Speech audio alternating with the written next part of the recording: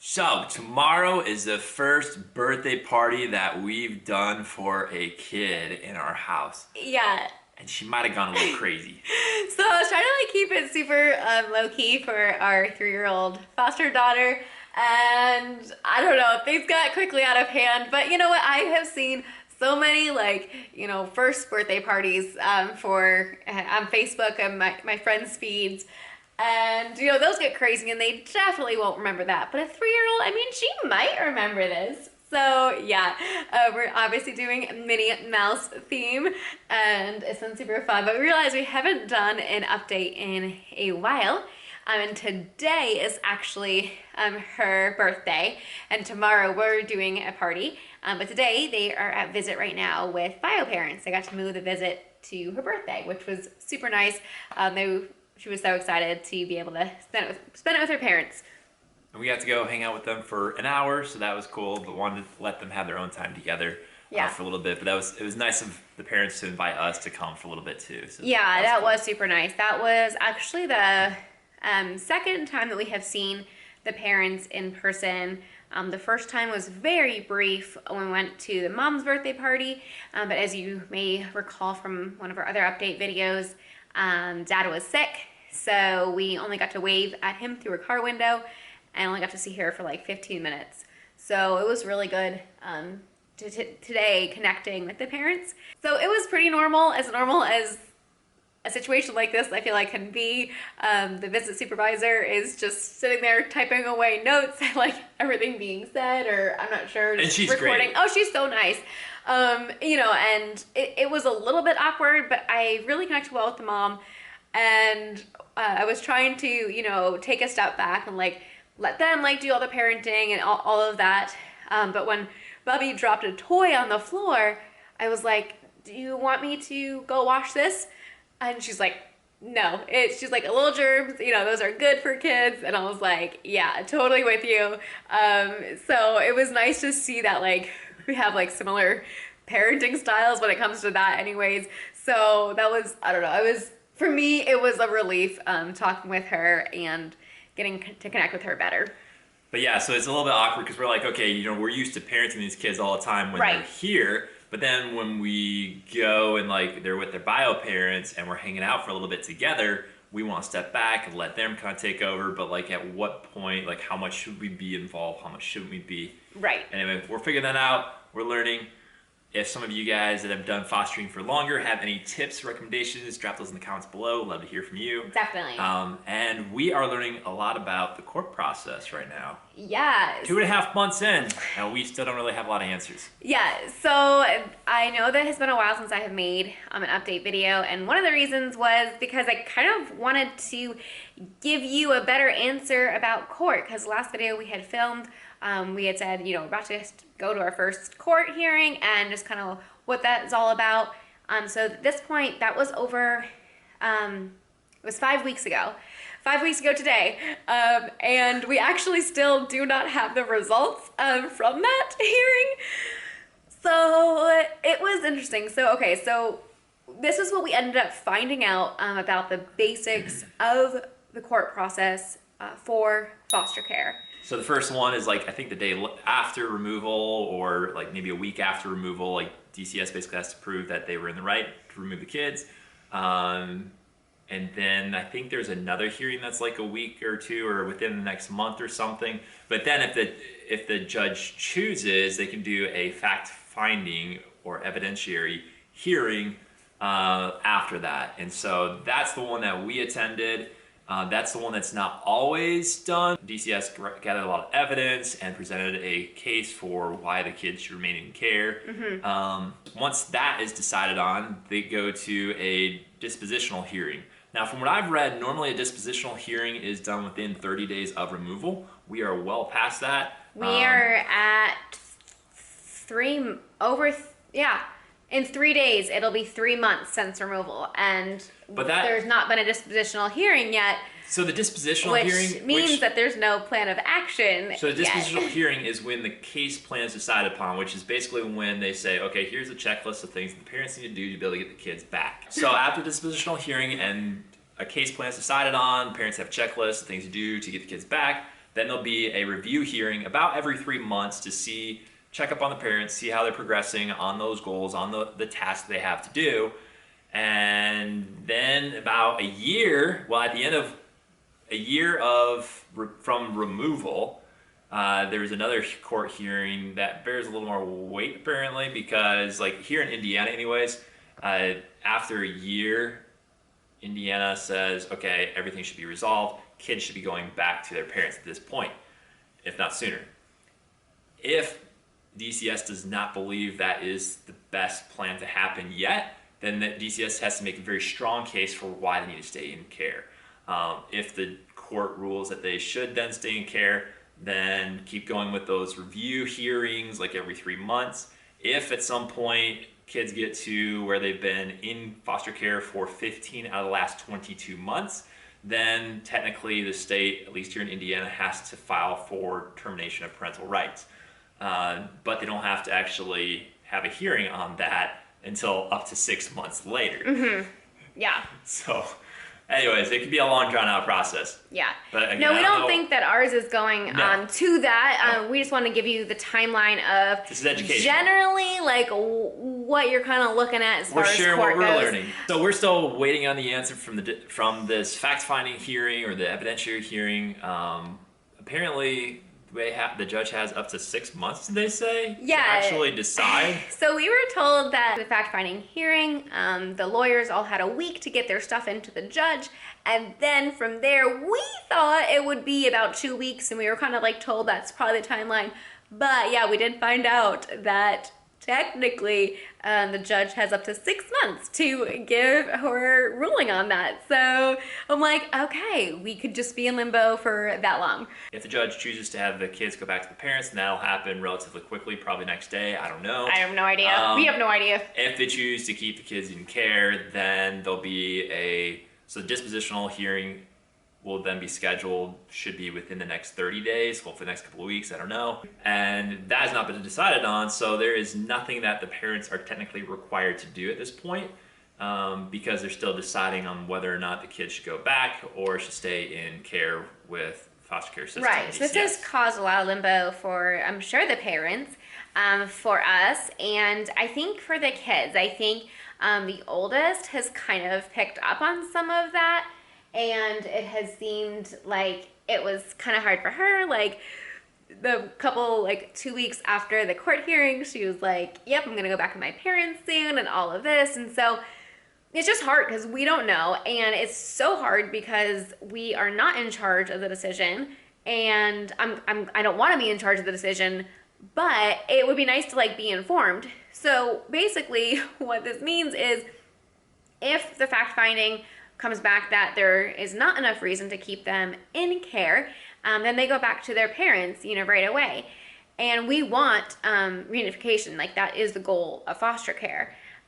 When they were dropped off with us, we were told that it would probably be a 6 to 12 month case.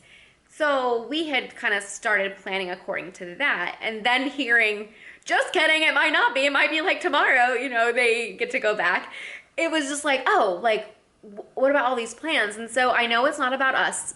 I know it's not about us, but I literally last week, or 2 weeks ago, I went into Walmart Bakery to talk about getting a cake because I knew I wanted to plan this party. And all that emotion of just unknown kind of came out, and I literally was in Walmart crying to the bakery lady because what ended up happening was I was like, oh, I'm not ready to put my order in yet because it's for my foster daughter and I don't know if she'll be with us in 2 weeks. And I just started crying. And then I came home and told Peter about all these emotions I was having, and he just laughed at me. I laughed at the situation, not so much at you. So it was good to have that balance. It's good to have. I was just you're crying about a cake and not being able to know the plans. It's not a big deal. It's fine. Oh, it's so hard. I'm a planner and I like to plan, and I realized that in this situation, there's so many things that are out of our control. It wasn't until just about a week ago that I realized that if they do go back, right away, I would still be really thankful for this time that we had with them. And so it's not like I need to know. Our goal while they are here is to love them well, however long that might be. And so anyways, I have definitely had more peace this last week. Definitely prayed about it, had friends praying about it for me, and it was, yeah, just super awesome to have that peace for right now. But I'm sure things can change fast. But we wanted to make this video to basically say, yeah, we don't really know what's happening as far as the court goes, but we also did want to give you a couple of updates on the kiddos. So the oldest, A, is doing super well in school. Her reading and math has really started to improve. She's been getting extra help at school every day, and like that's just been like so like it's been exciting to see. Like we're reading at night, and like she's like going through a Cat in the Hat book, and like you're reading a page and she's reading a page, and then she's like, you read it all, and we're like, no, you can keep doing it. So definitely needing that extra boost of encouragement, but she's doing really well, especially from, you know, what she had been. So anyways, it's great. I think once she does really catch on with reading, she is going to be a bookworm. She's just going to be reading like crazy. She has such an imagination. She's going to soak up books. Yeah. She already has been like writing her own books, which basically she just like scribbles in her journals, but then she draws pictures, and she actually like, reads us the story, and it's like the same story even when she like reads it again. So like she like is knowing what she is writing and knowing what she's drawing, and it's really cool to see her creativity. She actually got an award at school that will be presented next week for being the student that showed respect and perseverance, responsibility, and like 4 other qualities. So it was just like super exciting, and she was so excited to tell us that when she got off the bus. And so that's been really awesome, and she has definitely enjoyed in the evenings playing with Peter as you play with her, and D as I'm normally taking care of Bubbie. And so they've been doing a lot of like horsey and airplane. They love to be swung around the room in circles, and I get D like crazy, but they like. I'm like, Peter, do you need me to step in? No, it's great. I mean, they love it. Chase each other around the room, whatever, doing different versions of basically tag of some sort. I'm a hawk, and there's some kind of prey that I have to chase, or different things like that. Yeah, but she has been enjoying it so much. And D, the 3-year-old, the one who all the decorations are for, she is officially pretty much potty trained. So she has been wearing underwear now. This is the 2nd visit that we sent her in underwear. It's exciting, and it really has helped. I haven't changed a poopy from her in like a really long time, so that's been like so nice, because I mean when toddlers just like sit in their poop, I mean it's just I was just throwing her in the tub most times because it just got nasty. So anyways, enough about poop. Moving on to Bubbie. Probably more poop there to talk about. Bubbie's doing great. He's finally rolling over from his belly to his back. He doesn't roll the other way yet. Nope. And he's doing pretty good sitting up now. He'll actually sit up for a while without tipping over, falling over. He's got a really strong grip, like grabbing and pulling things. He loves to try to feed himself, but with a spoon or this other feeding device that Lisa has. It's almost like a pacifier, but you can put food in it. But he makes a mess everywhere. And of course, every baby does, so that's completely normal. But yeah, we've gotten to the point where we just kind of strip down to his diaper basically for when we let him go crazy and do his own thing with his food, because it just gets all over and you just gotta wipe them all down, or those clothes are going in the wash. Either way. Yeah. So he's recently turned 7 months old, and so no teeth yet, but he's getting super close. Definitely teething a little bit, but he is still such a happy guy.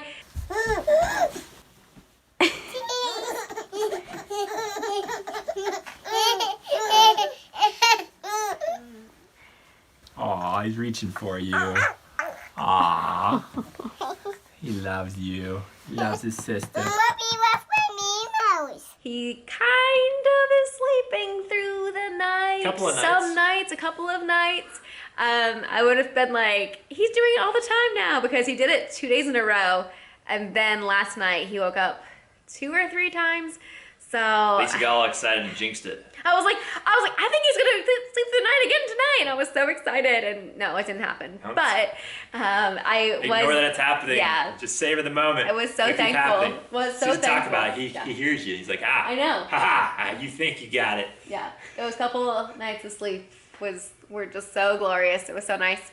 So when we were waiting for the fact-finding results, I kept texting our CASA. I was like, have you heard any updates yet? Have you heard any updates yet?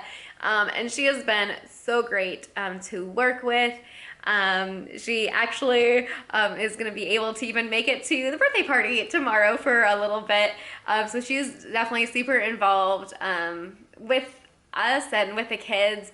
And I am so thankful that she is someone I can bounce questions off of and share updates with, and things that, you know, I can't always talk to someone else because they don't know all that's going on, but she does. And so it's been so nice to have her and our caseworker. I know we had talked about before, like super responsive at first and then like not so much. And we're at the point where if it's something urgent, she does get back to us, but if it's not something super urgent, I really have to like bug her a couple of times about it, which I do not like doing, but it seems like that's what you have to do if you want an answer, which I hate doing, but I have definitely had to bug her a couple of times when it's not something super urgent, but still something I need to know about. But yeah, anything else? This was not a quick 5-minute update. No, You always make it really long. I thought it'd be 8 minutes, okay? But yeah, I know it was longer than 8 minutes. That's why I don't like to hop in these, because I know it's gonna be long. Okay, but I think this was good. We don't always get to do this, and I did want to end with something super encouraging that the mom had said to me when we were at visit tonight, celebrating Dee's birthday. She had said that like she was super thankful that they were with us as foster parents, and that just like really meant a lot coming from her. You know, we're so thankful to be able to care for these kids during this time, and excited to be able to continue sharing updates with you as I'm able. I know I had several people that were like, where's the updates? What's the updates? And life has been crazy, still trying to edit those travel videos.